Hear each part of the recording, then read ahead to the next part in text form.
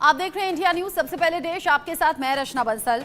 बांग्लादेश में पिछले कुछ दिन में लगातार हमले हिंदुओं पर बढ़े हैं। हालात सुधर नहीं रहे और ज्यादा बिगड़ रहे हैं और इसीलिए हम कह रहे हैं इस्कॉन तो सिर्फ बहाना है, ये हिंदुओं को निशाना बनाना है। और इसी बीच मिल रहा है एक और बड़ा अपडेट। बांग्लादेश में हिंदुओं के खिलाफ हिंसक प्रदर्शन से जुड़ा हुआ है। हिंदुओं को लगातार टारगेट किया जा रहा है, हिंदू फैमिलीज को निशाना बनाया जा रहा है। चटगांव के कई इलाकों में अभी आर्मी तैनात कर दी गई है। जाधवपुर और यहाँ बारासात में हिंदुओं के खिलाफ लगातार प्रदर्शन हो रहे हैं और उन पर हमले किए जा रहे हैं। और इसी बीच कट्टरपंथियों ने हिंदुओं के घर में घुसकर तोड़फोड़ की है। चटगांव के कई इलाकों में अभी आर्मी तैनात, फोर्स तैनात, हिंदू संगठन प्रदर्शन करेंगे। इन सभी ये जो जुर्म हो रहा है उसके खिलाफ सड़कों पर आएंगे। प्रदर्शन पिछले कुछ वक्त से लगातार चल रहे हैं, लेकिन नतीजा सिफर ही रहा है। बांग्लादेश यहां पर लगातार बार हिंदुओं पर हमला हो रहा है, उनकी फैमिलीज को निशाना बनाया जा रहा है। बांग्लादेश में हिंदुओं के खिलाफ हिंसक प्रदर्शन लगातार चल रहे हैं। कट्टरपंथियों ने हिंदुओं के घर में घुसकर उनकी पिटाई की है, घुसकर तोड़फोड़ की है।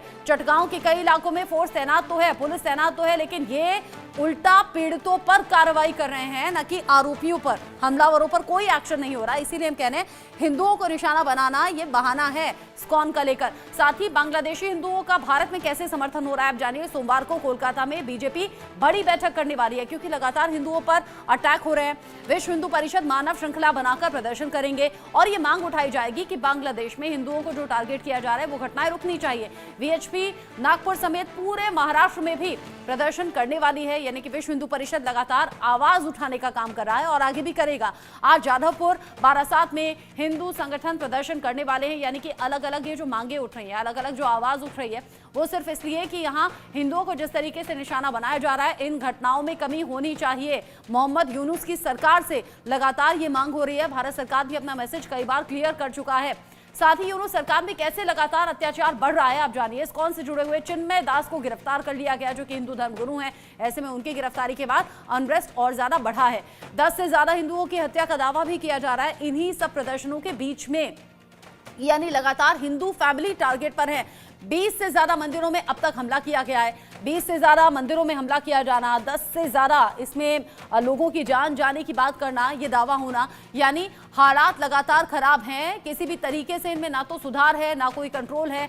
ऐसे में मोहम्मद यूनुस पूरी तरह से फेल साबित हो रहे हैं। शुरुआत में ऐसा लग रहा था कि शायद वो हालात पर कंट्रोल करेंगे या कुछ बेहतर समाधान यहां निकाला जाएगा, लेकिन हुआ उसके ठीक उलट। अब ऐसे में इस्कॉन से जुड़े हुए चिन्मय दास को गिरफ्तार जब से किया गया है, न सिर्फ बांग्लादेश में बल्कि यहाँ हिंदुस्तान में भी और विदेशों में बैठे हुए जो भारतीय मूल के लोग हैं उनमें गुस्सा ज्यादा है। ऐसे में बांग्लादेश में इस्कॉन एक बहाना सिर्फ नजर आ रहा है। हिंदुओं को लगातार निशाना बनाया जा रहा है। अलग अलग फैमिलीज को निशाने पर लेना, घरों में घुस जाना, वहां तोड़फोड़ करना, मारपीट करना। अब इन सबके बीच ही एक और जानकारी आप जानिए। इस्कॉन के खाते पर यूनुस की नजर कैसे है और क्यों ये कहा जा रहा है कि इस्कॉन एक बहाना है। चिन्मय और इस्कॉन के 16 सदस्यों के बैंक खाते जब्त किए गए हैं। बांग्लादेश बैंक की इंटेलिजेंस यूनिट ने निर्देश जारी किए हैं। ऐसे में 30 दिन तक जब्त खातों में से किसी भी तरह का कोई लेन देन नहीं हो सकता है। लेन देन को निलंबित करने की अवधि भी बढ़ाई जा सकती है। ये कुछ ऐसी बातें हैं जिन पर इस्कॉन के खाते पर यूनुस की नजर के तौर पर देखा जा रहा है, यानी कि इस्कॉन के खाते पर यूनुस की नजर। चिन्मय और इस्कॉन के 16 सदस्यों के बैंक खाते जब्त कर लिए गए हैं, यानी कि सीधे तौर पर क्या पैसों पर नजर है।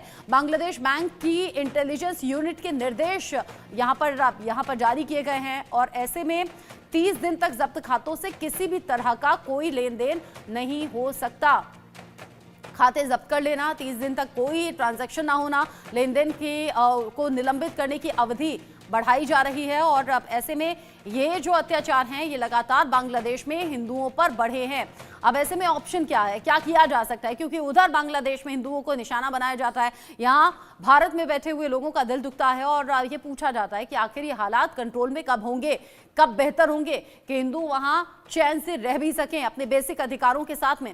इसको लेकर बात हम करेंगे। आचार्य लंकेश मेरे साथ में जुड़ गए हैं हिंदू धर्मगुरु के तौर पर, असगर अली मेरे साथ में है इस्लामिक स्कॉलर, योगेश कुमार सोनी मेरे साथ में जुड़े हुए हैं वरिष्ठ पत्रकार के तौर पर। सबसे पहले लंकेश जी, आप ही का रुख करते हुए, चूंकि आप हिंदू धर्म गुरु भी हैं और उधर जैसे चिन्मय दास की गिरफ्तारी हुई है उसको लेकर बड़ा अग्रेशन देखने को मिल रहा है, न सिर्फ बांग्लादेश में बल्कि यहाँ हिंदुस्तान में और बाकी देशों के हिस्सों में भी जहां भारतीय मूल के लोग रहते हैं या हिंदू धर्म से जुड़े हुए हैं।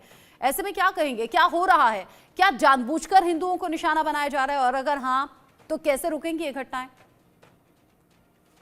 जानबूझकर ही ये सनातन संस्कृति से जुड़े लोगों को, या हम यूं कहें कि हिंदुओं को निशाना बनाया जा रहा है और इनसे जुड़ी हुई जितनी भी संस्थाएं हैं उन पर और उनसे जुड़े लोगों पर अत्याचार किए जा रहे हैं। हिंदुओं पर घोर अत्याचार हो रहा है। बांग्लादेश की स्थिति आप देख ही रहे हैं, घर में घुस करके लोगों के साथ मारपीट, उनके साथ लूटपाट, उनकी हत्याएं इत्यादि चीजें की जा रही हैं। और यहाँ पर यह भी देखने को आया है कि इतने बड़े महंत को, इतने बड़े आचार्य को गिरफ्तार तक किया गया, उनके खातों पर रोक लगाई गई।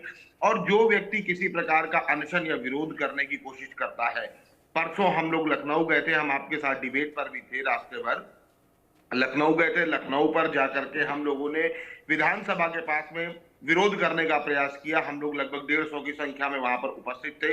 वहां पर मुख्य रूप से 4 लोगों को, मुझे और हमारे 3 अन्य साथियों को कुछ घंटों के लिए गिरफ्तार भी किया गया। तो क्या व्यक्ति अपनी आवाज भी नहीं उठा सकता? क्या भारत का तंत्र इतना कमजोर हो चुका है, सरकारें इतनी कमजोर हो चुकी हैं कि सरकार अपने लोगों की सुरक्षा नहीं कर सकती? अगर हिंदू वहां पर पीड़ित हो रहा है तो सरकार को इसमें बल प्रयोग करना चाहिए, और अगर नहीं कर रहा है, अगर सरकार ऐसा नहीं कर रही है, तो फिर हम ये कहेंगे कि कुछ जो भी चीजें हैं ये गलत नियत वालों का साथ भी दिया जा रहा है कहीं ना कहीं तौर पे।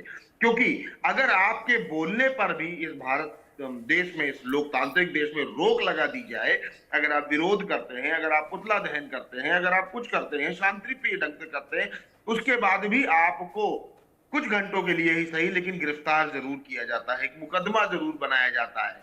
तो हम लोग आचार्य हैं, हम लोग धर्म गुरु हैं, अपने धर्म को बचाने के लिए, अपने धर्म के लोगों की रक्षा के लिए हम शस्त्र तक उठाने में पीछे नहीं हैं। और ये दिन बहुत दूर नहीं है कि जिस तरह से ये गतिविधियां हो रही हैं, तो सरकार को इसमें बल का प्रयोग करना चाहिए। और यदि सरकार ऐसा नहीं कर रही है तो बहुत गलत कर रही है। और ये पूरी तरह से हिंदू धर्म के जुड़े हुए लोगों से ये एक तरह से चेतावनी भी है। यदि सरकार ऐसा नहीं कर रही है तो इसके दुष्परिणाम भी सरकार अब ये भी है ना कि बांग्लादेश में जब हिंदुओं पर अत्याचार होता है तो वो सड़कों पर भी आते हैं, प्रदर्शन भी करते हैं, लेकिन वो प्रदर्शन फिर उन्हीं के खिलाफ चला जाता है, क्योंकि जब पुलिस पहुंचती है, सेना के जवान पहुंचते हैं, तो उल्टा पीड़ितों के खिलाफ एफआईआर होती हैं, उनके खिलाफ कानूनी एक्शन होते हैं, आरोपी तो फिर बिल्कुल पाक साफ भाग जाते हैं। और सवाल ये भी कि कट्टरपंथी मौलानाओं को बढ़ावा कौन दे रहा है? क्या मोहम्मद यूनुस दे रहे हैं? ऐसे में सवाल बहुत से